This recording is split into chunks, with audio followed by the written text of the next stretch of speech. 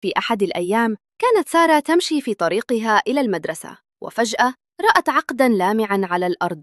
التقطته وابتسمت، فقد كان جميلاً جداً. لكنها فكرت قليلاً وقالت في نفسها: ربما هناك من فقده وسيكون حزيناً جداً الآن. عادت سارة إلى البيت وأخبرت أمها بما وجدت. ابتسمت الأم وقالت: أحسنت يا سارة، هذا تصرف يدل على الأمانة. لننتظر أن يسأل أحد عنه في اليوم التالي. أعلنت المدرسة أن إحدى الطالبات فقدت عقدها الثمين في الطريق.